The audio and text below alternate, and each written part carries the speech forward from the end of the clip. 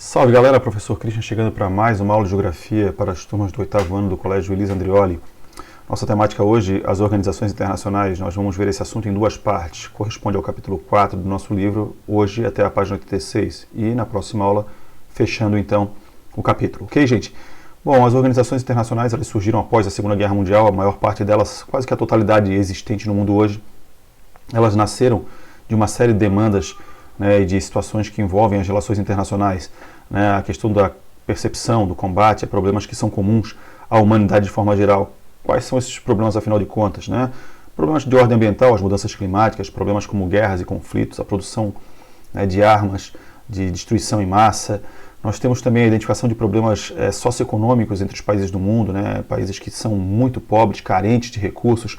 Então, automaticamente, também as organizações internacionais elas surgem com o propósito de promover melhorias das condições de saúde, educação e trabalho. Também surgem da necessidade de acordos, tratados de cooperação entre os países e melhorar as relações entre os países no âmbito político e econômico. Certamente a organização mais famosa de todas é a ONU, nascida após a Segunda Guerra Mundial, em 1945, fundada por 50 países com o objetivo de manter a paz e a segurança internacionais. Dentre esses 50 países, o Brasil estava lá, né, ajudando na criação da ONU. Que à esquerda nós temos o símbolo da ONU, né, uma visão ali, uma projeção azimutal polar, que dá ênfase ao hemisfério norte, enfim. Quais são, né, os principais objetivos, além, é claro, de se manter a paz e a segurança internacional por parte da ONU? Cooperação entre os países, a promoção dessa cooperação, também a promoção do desenvolvimento socioeconômico nos países mais pobres, garantir os direitos humanos e a justiça e o direito internacional. Também nós temos ali a proteção ao meio ambiente sendo uma temática bastante forte na ONU, combater as desigualdades internacionais e enviar ajuda humanitária em casos de fome, desastres naturais e conflitos armados entre os países. Certo, gente? Muito bem. A ONU está estruturada em cima de 5 grandes órgãos que são a Assembleia Geral da ONU, que se reúne, né, anualmente e que é aberta pelo discurso do representante brasileiro, do presidente brasileiro ou de alguém que representa o governo nacional quando o presidente não vai ou não pode ir. Então, desde 1947, quando Oswaldo Aranha discursou inicialmente na Assembleia Geral da ONU, um brasileiro, era o nosso chanceler na época, a Assembleia Geral da ONU, todo santo ano, ela é aberta por um discurso do Brasil, certo? O Conselho de Segurança talvez é o órgão mais conhecido, mais famoso, até talvez o mais forte, mais importante da ONU, formado por 5 países que formam um conselho chamado Conselho de Segurança Permanente, países que têm poder de veto a qualquer tipo de atuação da ONU, ou seja, se a ONU precisa intervir no conflito, que essa é a principal função do Conselho de Segurança, a intervenção, a mediação de conflitos, guerras entre países. Se um dos países do Conselho de Segurança, um dos 5, Estados Unidos, Reino Unido, França, Rússia ou China, veta a ação da ONU, essa ação ela está impossibilitada de ser realizada. Né? É o caso da Síria atual, a guerra da Síria, ela não tem a participação efetiva da ONU, né? Já estamos no 10º ano de guerra, por conta de interesses opostos entre Estados Unidos e Rússia, certo? O Secretariado-Geral é a execução das rotinas da ONU, né? Ou seja, como a ONU funciona, são os funcionários que fazem a ONU funcionar, tanto internamente quanto externamente. O Conselho Econômico e Social vai formular políticas de desenvolvimento econômico e que possam trazer benefícios sociais para os países, geralmente os países mais pobres, e a Corte Internacional de Justiça tem sede em Haia, na Holanda, é o Tribunal Internacional que vai ali mediar conflitos do ponto de vista judicial, né? Causas ali que envolvam países, estados pertencentes à ONU ou à própria ONU. Então, se algum país tem um litígio, por exemplo, de território, de fronteira com o outro, ele pode reivindicar junto à Corte Internacional que a Corte Internacional avalie esse processo, né, como, por exemplo, existe entre, né, o Chile e a Bolívia, né, um conflito, uma situação bastante antiga, até anterior à criação da ONU, mas que na ONU ganhou essa discussão, também está lá na Corte Internacional para ser julgada ali questões de fronteira da Bolívia com o Chile e a Bolívia querendo a sua saída para o Oceano Pacífico, né, que ela retome essa saída que ela já teve no passado do Chile. Muito bem. Outras agências especializadas e programas importantes da ONU, a Unesco, né, que é a agência da ONU que está relacionada ao desenvolvimento da educação, da ciência, da cultura e da comunicação, principalmente aí nos países mais pobres, e a Unicef, né, o Fundo das Nações Unidas para o Desenvolvimento da Infância, da adolescência e da juventude, e também são aí algumas das, né, agências e fundos que a ONU, programas que a ONU mantém para tentar levar, né, algum desenvolvimento aos países, principalmente aqueles que têm algumas deficiências com relação à promoção da educação, certo? Também a Unesco é responsável por catalogar os patrimônios da humanidade, tanto de ordem natural quanto humana e de ordem mista, né? A FAO, com sede em Roma, na Itália, é o braço da ONU, é o programa da ONU para promover a produção de alimentos, o desenvolvimento agrícola nas nações mais pobres e combater a fome e a subnutrição. A OIT, a Organização Internacional do Trabalho, é anterior à própria criação da ONU, surgiu antes da ONU, mas foi incorporada pela ONU, tem sede em Genebra. A OIT, ela busca proteger as condições de trabalho e de emprego, né? Busca a proteção social dos trabalhadores no mundo, evitar e combater o trabalho escravo, dentre outras funções. Já o Banco Mundial e o Fundo Monetário Internacional são frutos dos acordos de Bretton Woods, tem sede em Washington, nos Estados Unidos, e justamente buscam ali financiar, né? O Banco Mundial financia projetos de desenvolvimento nos países em desenvolvimento, países mais pobres, países que não têm recursos para investir, muitas vezes vão ao Banco Mundial e conseguem esses empréstimos. Também o Banco Mundial pode conceder empréstimos para que os países possam pagar suas dívidas, inclusive. E esses empréstimos geralmente são balizados, supervisionados pelo Fundo Monetário Internacional. Uma crítica ao trabalho dessas duas agências econômicas é que justamente pelo fato de emprestarem dinheiro e determinarem onde esse dinheiro deve ser aplicado, muitas vezes os países têm dificuldades em, né, investir em saúde e educação, em questões sociais dentro dos seus territórios, porque tem que pagar esse dinheiro, pagar esse empréstimo ao Fundo Monetário no futuro, os juros do empréstimo, né? Então, muitas vezes, tu vai ter um contrato, um acordo sendo feito com o Fundo Monetário, e o país tem que honrar isso aí, e para honrar, muitas vezes, ele tem que economizar, deixar de gastar em áreas sociais. Perfeito, gente? Então, essa é uma crítica que existe ao trabalho do Banco Mundial e do Fundo Monetário Internacional. Bom, aqui nós temos a Assembleia Geral da ONU reunida, até ali no telão, o nosso ex-presidente Michel Temer. Essa Assembleia foi realizada em 2017, mas como eu falei, todos os anos são realizadas. Na página 76 nós temos duas questões, né, que a gente já pode responder aqui em conjunto, para que a gente possa ir vendo aonde estão as informações, se existe alguma dúvida e tal. Então a primeira questão fala sobre programas e fundos criados pela ONU, qual deles mais chama a sua atenção? A resposta pessoal. Eu citei alguns ali para vocês, a Unicef, a Unesco, né, a FAO, a OIT. Nós temos a OMS, né, a Organização Mundial de Saúde, atuando na pandemia do coronavírus, né? Inclusive as orientações da OMS devem ser atendidas pelos países, né, que pertencem à ONU, devem ser seguidas pelos países que pertencem à ONU. Até a gente tem visto uma polêmica no Brasil com relação a isso e tal. Então a OMS também é um órgão dentro da ONU, uma organização dentro da própria Organização das Nações Unidas. Certo, gente? Então isso é uma resposta pessoal, mas existem também lá a Acnur, né? Que é a Agência das Nações Unidas para Refugiados, existe o Programa das Nações Unidas para o Meio Ambiente, enfim, existe uma série de programas que as Nações Unidas desenvolvem, tentando aí, né, diminuir impactos ambientais, do desenvolvimento socioeconômico, ou seja, problemas que as nações enfrentam. Qual a importância do poder de veto na ONU? O poder de veto está relacionado diretamente, né, ao Conselho de Segurança. Então, se o poder de veto ele é exercido por um país do Conselho de Segurança, daqueles 5 que a gente citou, né, Estados Unidos, Reino Unido, França, a Rússia, a China, então eu não tenho a ação da ONU num conflito. Isso pode ser problemático.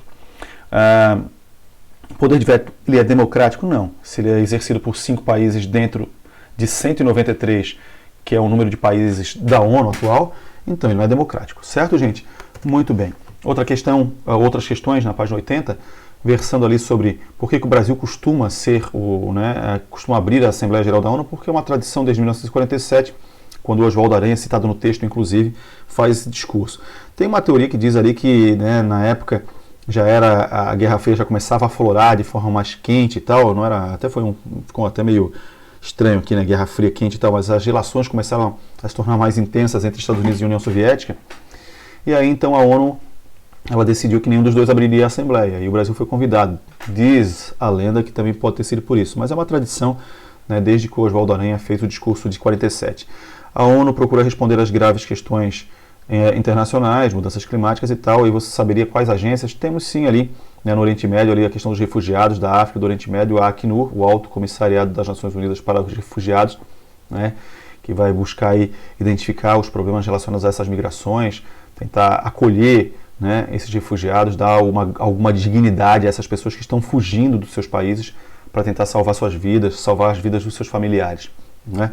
PNUMA, né, com relação à mudança climática, tem o Programa das Nações Unidas para o Meio Ambiente, existem as convenções quadros sobre as mudanças climáticas, que são as COPs, que são realizadas de tempos em tempos também pela ONU, né?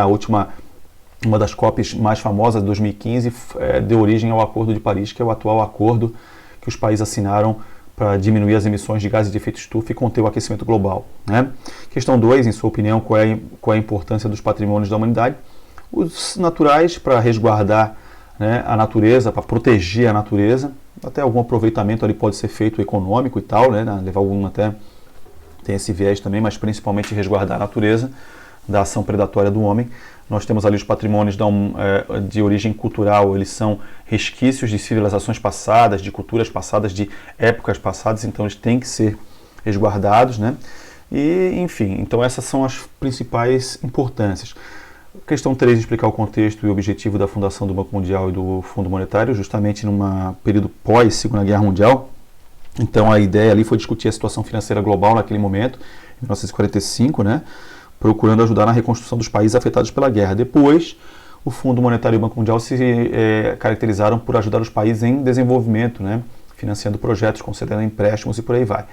E a questão 4, por que o Fundo Monetário costuma ser alvo de protesto? Justamente porque quando os países assinam um acordo com o Fundo Monetário, eles se comprometem a cumprir esse acordo, e aí há uma necessidade de se pagar os juros desses acordos, e aí muitas vezes esses países não têm recursos suficientes, eles devem escolher entre pagar os juros do contrato, do empréstimo que foi feito, ou investir em áreas sociais como educação, saúde, segurança, e aí os países acabam optando por pagar, né, o seu compromisso com o Fundo Monetário e deixam de fazer os investimentos, né, nas áreas sociais, e isso gera críticas. Certo, gente?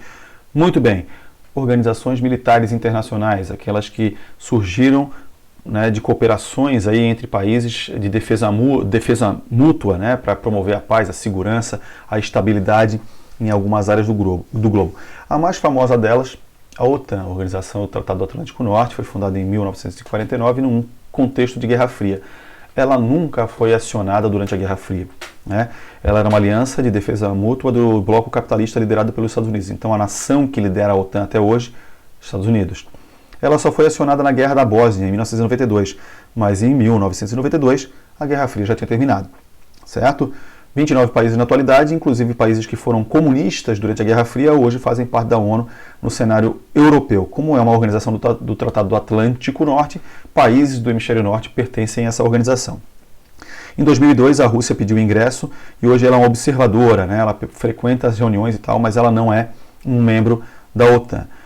Uma organização que surgiu para fazer um contraponto, né, à OTAN em 2001, já num cenário de nova ordem mundial, a Organização para a Cooperação de Xangai, a SCO, né, também congrega países ali da Ásia Central, inclui ali a Rússia, a China, a Índia, né, o Afeganistão, o Paquistão. O Afeganistão, na verdade, é um observador, dentre outros países como o Cazaquistão, países que pertenciam à antiga União Soviética.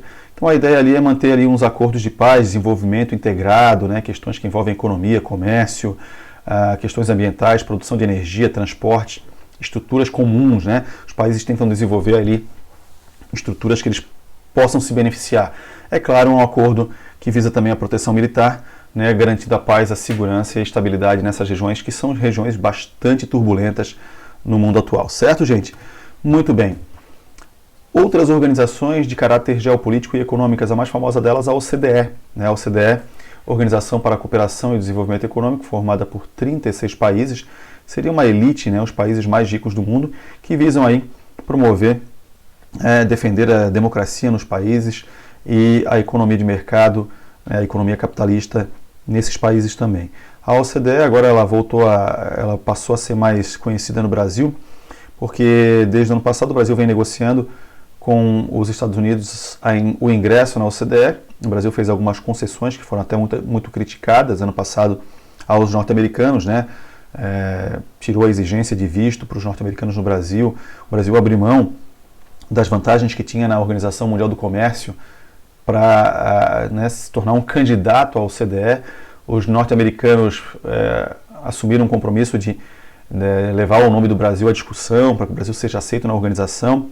Depois os norte-americanos acabaram escolhendo a Argentina, mas aí teve uma reviravolta nessa história, que a Argentina acabou tendo eleições presidenciais e o presidente eleito da Argentina, ele acaba não sendo alinhado com o governo atual dos Estados Unidos. Então não há um alinhamento do governo argentino atual com o governo dos Estados Unidos, certo?